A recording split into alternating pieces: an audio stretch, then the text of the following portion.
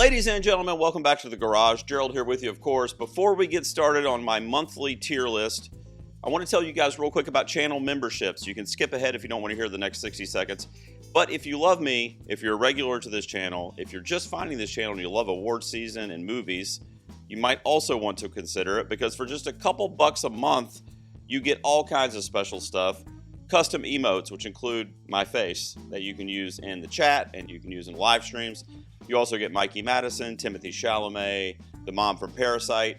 You get a custom badge that shows how special you are. It ranges in everything from a star to a bucket of popcorn to an actual Academy Award that you'll receive after 1 year of channel membership. You also get exclusive live streams just for members where I break down all kinds of shit. But I'm going to do my Oscar predictions videos. And when I'm going through my predictions and changing them after some crucial event on the award circuit, festival, other award show, trailers come out, whatever, I'm going to do a live stream. I'm going to have my members in there with me, and they can basically help me come up with the order. All you have to do is click join down below to become a channel member and help the garage to keep running out here. We still don't park any cars in this thing. It's just me out here talking about movies. This month's tier list, I do this every month. Obviously, I'm going to be ranking the films that I saw in the month of May. I'm recording this actually on June 2nd, so it's a little late, but let's get it in here. I am a bit behind for the month of May, if I'm being honest. I didn't watch nearly as much as I wanted to, or that I frankly should have. So we're going to be ranking 12 movies that I did see in the month of May. They're all new releases, with the exception of one of them, which is kind of a funny story that I'll talk a little bit about. But anytime it's a first-time watch for me, even if it came out in 1920, if I've never seen it, it'll be on my tier list for ranking the movies of the month. So for the tiers, I kept it to 4 because we're only dealing with 12 films. Loved, obviously the top tier is like a 9 out of 10. Liked is where, for me, most stuff usually goes. That's like a 7 or an 8. Okay, I guess, is like a 5 or a 6. Like, it was okay, I didn't hate it, but I'm probably never gonna watch it again. And then Die is how I feel when I watch it. It would be like a 4 or a less out of 10. Let's get into it. First up is Clown in a Cornfield. I did a review on the channel for this one. You can check it out if you'd like to. But I'll tell you right now, I thought it was decent, but it did disappoint me because I said this on my review. It felt like a R-rated version of Goosebumps. It was just kind of young adult, which I know it is based on young adult source material, so that's fine. But the way it was being reviewed and lauded by everybody in the horror community, I thought it was going to be the next Pennywise or, Terrifier situation. As far as clown slashers go, you can do a lot better than Clown in a Cornfield. Let's see, Looney Tunes, The Day the Earth Blew Up is the one that came out in, I believe, February. But I just got a chance to watch it this past month with my kids, my 6-year-old especially. And I love sharing that shit with him, man, because Looney Tunes was one of the biggest deals for me when I was a kid. Of course, it was before YouTube and the internet and all that shit took over the world for these kids' eyeballs.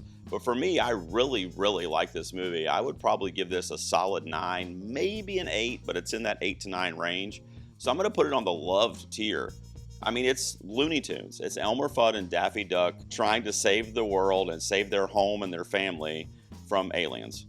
And it's a very simple, kind of silly, but it's sweet and funny and very nostalgic for me. So The Day the Earth Blew Up, if you have kids, it's like 75 or 80 minutes long. Throw it on. It's on demand right now. It is a fun watch. Not a fun watch, and this is a shout out to my buddies who did live stream for The Cure with me in May, which was a big event we did for cancer research, is Amityville Death Toilet. Guys, this is a real thing, okay? You can look it up on, I believe, Amazon Prime, and it is basically a home movie that some horror movie fans made themselves. The easiest way to describe it is essentially a ripoff of like Jaws, like small town, like creature feature kinda, but the shark is a toilet that is preying on people that sit on it and come into the bathroom where it dwells. And it takes place in Amityville, the actual Amityville from like the Amityville horror films. This is one of those movies that like knows it's bad, so I almost feel bad ranking it. But I will just tell you, based on my experience with the film, I get that it's supposed to be slapstick, stupid, dumb, silly, over the top, campy. And it is. This thing is brutally horrible. Like every possible technical category you can think of is like a 0 out of 10 in this movie. This is a movie that I would give maybe a half star out of 10. I mean, 0.5 out of 10. Amityville Death Toilet. unless for some reason you just love those Thanksgiving, in the gutter, shitty ass horror movies, which, by the way, that's not even a fair comparison, because Thanksgiving, about the killer turkey on Thanksgiving, looks like fucking Oppenheimer next to this thing. Next up is a movie that, this might hit some people some kind of way, especially any horror fans that might be tuning in. Fear Street Prom Queen is the newest Fear Street film that Netflix has done in the last, I think, 2 years. This is the 4th or 5th entry in that Fear Street kind of franchise. This is another 80s set that, in my opinion, doesn't really get the genre and the era correct. And that's been my gripe with the majority of these Fear Street movies, really all of them, with the exception of the one that was in the 70s with Sadie Sink. That one was at least somewhat believable. But they take those like cliche neon colors, leg warmers, the music, this hairspray, like all that stuff that of course did exist in the 80s, but they just heighten it. And that's all that they use to represent the era. And I hated that about the previous films, and that's the same thing here in Prom Queen. But this is going to surprise some folks. I actually liked this movie. Now, I'm saying that because it has been critically shit on by pretty much everyone that I follow that watches horror movies or reviews them. So I had a good time with this. Now, it's not the greatest shit you're ever going to see. It would probably be around a 7 out of 10 for me, which is high considering some of the reviews that I've read. But I think the gripes I have with the setting, I told you, but aside from that, the kills I thought were really good.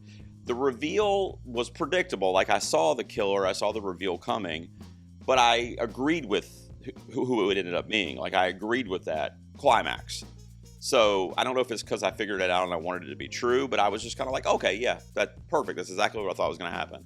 So it was a bit of a letdown for that reason, but at the same time, it made a lot of sense. And if it had been something else, it may have kind of pissed me off. So Prom Queen is on my liked tier. Lilo and Stitch is fucking not on my liked tier. So this is going to ride the line, honestly, between die and okay, I guess, because anything below a 4 is die and a 5 or 6 would be okay, I guess. I think I'll put it there like right around a 5 out of 10. The first half of it is okay, but once Zach Galifianakis shows up and his buddy, I can't remember the actor's name, once that kind of slapstick duo show up on Earth, off the rails. Absolutely hated the last half of this movie. Everything in outer space and with Stitch making his way to Earth, and then even some of the stuff with Lilo on Earth with Stitch, I liked. But that whole side plot of them tracking Stitch and the government stuff and the parental services that were coming in for the big sister and all that shit, that some of it in one way or another may have been touched on in the original animation, but they just went way too deep into the story that they didn't really need to do. They could have kept it very simple, very like friendship oriented, and loneliness and finding your companion in the world and that whole thing, which I loved about the original, but they get too far away from themselves in this one. If you have kids, they're going to love it. I know that because my kids loved it. But if you've seen the original, if you're an adult that loves these Disney classics, you're probably going to, once again, hang your head and just go, why the hell are we continuing to do this? It pains me to say that Mission Impossible: The Final Reckoning is also going to go on okay, I guess. It's going to be right around a 6 out of 10. I'll tag it on this video. I did a whole review of this one as well. Underwhelming for a Mission Impossible film, especially the send-off. But the first half of this movie is like a 2 out of 10. Just fucking brutally slow, dumb, like a lot of like previously on Mission Impossible and a lot of flashbacks and montages, and Ethan Hunt's the greatest because he did this 10 years ago and this 20 years ago. The second half, the last like hour and a half of the movie, which by the way, it's way too fucking long too.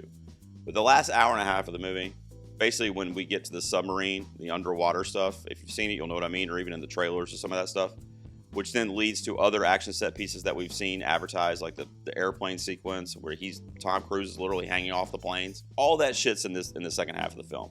The second half of the film was like an 8 or a 9 out of 10.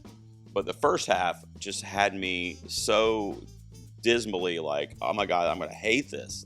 I can't believe they're doing this at the end of the franchise. And then something snapped and it turned into a good movie. But then that also kind of added to my anger a little bit in rating the film, because I'm like, why didn't we just do that? You know, like, why didn't McQuarrie just come in and just do the Final Reckoning movie? Not like, hey, this was the setup and this was how we got here. We didn't need all that shit. If we did put in the work and watch summaries or rewatch the franchise or go see Dead Reckoning a couple years ago, whatever, the majority of fans of this franchise didn't need the hour to an hour and a half catch up in the beginning of this film. and I thought it really brought down the overall enjoyment, even though I loved the second half. Nanas is a really cute film that I'm also going to put on okay, I guess. It's also probably going to sit around a 6 out of 10, but it's really cute. It's just, it has that Lifetime movie feel to it, like aesthetically, which kind of brings me down a little bit when I'm supposed to be watching a film. It's on Netflix. It's an original. Vince Vaughn has recently lost his Nana, who he loved to cook Italian food with, and he gets the bug again once she passes away, and he's inspired to do all these various Italian dishes inspired by her. And anyway, to make a long story short, it leads to him opening his own restaurant in New York, and he invites all of his mother's friends who are still alive to help him run the restaurant. And the food there is all of their homemade, classic Italian recipes. And it is just a very fun family, especially if you are Italian or you have that heritage, you'll love it. But it's a very fun, like, family kind of comedy. But it does have some pretty heavy, sentimental, dramatic parts in it as well. Good stuff, though. Real good stuff. I enjoyed Nanas. I just, wish from, like, a filmmaking craft side of things, it didn't look so much like a cheesy TV movie, because the story is actually pretty good. Thunderbolts I really liked. I just saw that it's going to come, I'm going to put it on the liked tier because it probably sits around a 7. I also did a review for this one on my podcast, a full review, so I'll tag that on this episode for you. It's a bummer because I just read that Thunderbolts is losing like $100 million on its theatrical release, and that just goes to show you where I am in pop culture. I'm just so detached from all of this shit because, in my opinion, this was the only really good entry we've gotten in like 4 or 5 years in the MCU. And that's my opinion, and I've talked about that on this channel before. I know some people love other shit, and that's great. I don't care. I mean, you can love what you love. But for me, this was the first movie where I was like, you know what? I will rewatch that movie. A lot of it has to do with Florence Pugh and her performance and the camaraderie with her and David Harbour. And I could go on and on. Like I said, I did a full-blown hour discussion on this movie. But I thought it was really good, especially for somebody that was down on these films. And to find out that it's losing that money, I just don't know what the movie-going public is looking for. We got another one that's going to go all the way up top. So this is a Norwegian horror movie that I saw this month called The Ugly Stepsister. I'm also going to tag my review on the channel that I did for this one. Go check it out. And just to keep it brief, it is essentially a body horror version of Cinderella, the classic Grimm fairy tale, or the Disney, whatever you're probably familiar with, Disney tale. It has all the same beats and plot developments as the fairy tale Cinderella, but it's being told through the perspective of Elvira, who is one of the evil stepsisters that come into Elvira's family. And of course, the wicked stepmother's there as well. By the way, played brilliantly about 10 years ago by Cate Blanchett. But it is honestly 9 out of 10 for me on The Ugly Stepsister. And not only that, it's in my top 5 movies of the year so far. I really, really liked it. You can stream it on Shudder right now. If you're a horror fan, I say rush and press play on that thing. The Wedding Banquet was a cute one. It kind of lost its way in the last act of the film. I would have preferred a better, more emotional kind of climax to this movie, because it went for the traditional cliche, predictable rom-com route at the end, which, I mean, it was a happy ending, so I'm not trying to say I'm a heartless dude, but you've got Lily Gladstone in there doing her thing. Bowen Yang, who's been everywhere lately, is also in the film, and it's a cute story where you have this lesbian couple and you have this gay couple. I think 2 of them are cousins, but anyway, they live next to each other, like literally right next to each other. One's a guest house attached to the main house where Lily Gladstone lives. And through a series of events, one of the Bowen Yang's boyfriend wants to marry him, and Bowen Yang has cold feet, doesn't want to do it. So to make a long story short, he's rich. He is got a fund from his grandmother who owns this huge company in Japan or something like that. I don't know, something that I missed the details on. But because he's rich, he offers the money to Lily Gladstone and her girlfriend, and he says, hey, I'll pay for your fertility appointments that you can't afford if you marry me. And that way I'll be an American citizen, and I don't have to, since Bowen Yang won't marry me, I'll marry you, and we're friends or whatever. I won't, do anything. I just want to get married so I can stay in America. So they accept the deal, but turns out the mother, who is a very traditional Asian elder woman, comes to America because she wants to have this huge wedding banquet. That's part of their culture. So they have to put on this ruse that they actually are engaged and that they actually do love each other. But we got Yoon Yao Jang from Minari and Joan Chen from Didi as the 2 elder Asian actresses in this film. So right away I go, yeah, I fucking like this thing, and have to see a frame of it. One that I wanted to like a little bit more is Death of a Unicorn. I love Jenna Ortega. I love Paul Rudd. It was a letdown. I mean, it was the CGI was fucking horrible. I mean, it was we're talking about Brave New World earlier. It was like that. I mean, it was not good at all. And this could have been a kind of like comedic Jurassic Park kind of, which I think is kind of what they were going for, but it just didn't really, it never reached its potential in either category, whether you're talking about comedy or horror or fantasy. It was just kind of mediocre in a bunch of different categories. And that really bummed me out. I did like some of the performances, like I said, but at the end of the day, I had really high hopes for this very uniquely sounding film, Death of a Unicorn, and it's A24 who's not afraid to do weird shit, but it just fell flat for me. Aside from a few cool scenes and performances, I just didn't really like it that much. One that I am going to end the video with and put all the way up here on the loved tier is Wick is Pain is the name of it. It's a documentary about the making of and the successful rise of the John Wick action franchise, and it is killer. I actually just saw it a couple days ago at the very last day of May, and it is really, really fucking good. Chad Stahelski, David Leitch, who ended up directing The Fall Guy last year, those are the two dudes that were stunt performers their whole career. They ended up taking on the original John Wick film and co-directing it together, actually the first two, and then they kind of split off into their own thing, and Chad Stahelski's done nothing but lived in the John Wick world for the last 20 years. As has Keanu Reeves. So their dedication to the stunts, Keanu's dedication to doing a lot of his own stuff. He had bruises and cuts and scratches and, broken bones and shit because he was so dedicated to the authenticity and to making sure the vision was told correctly on screen. It was very informative and very interesting if you're a fan of Keanu or the John Wick franchise. It's called Wick is Pain from Lionsgate, and it is on demand right now if you want to rent it. All right, so here we go. Let's look at this tier list. So the only ones in May that I would give a top tier to would be Looney Tunes, The Day the Earth Blew Up, The Ugly Stepsister, and Wick is Pain, the documentary. Those three I would actually, The Day the Earth Blew Up I would give an 8 out of 10. The other two I would give 9 out of 10 to those films. Those were definitely top performers in you boys' eyes. So that's it, guys, for this month's tier list, the May tier list. I know I didn't see a lot. That's why I kind of kept it short and brief here. Let me know what you saw in the month of May. What was the #1 movie you saw? I know there's a lot that I need to catch up on, including Final Destination Bloodlines, including Bring Her Back. All that shit's going to most likely be on my June tier list. So if I don't do a review of those on the channel, you'll at least find out what I think about those at the end of this month.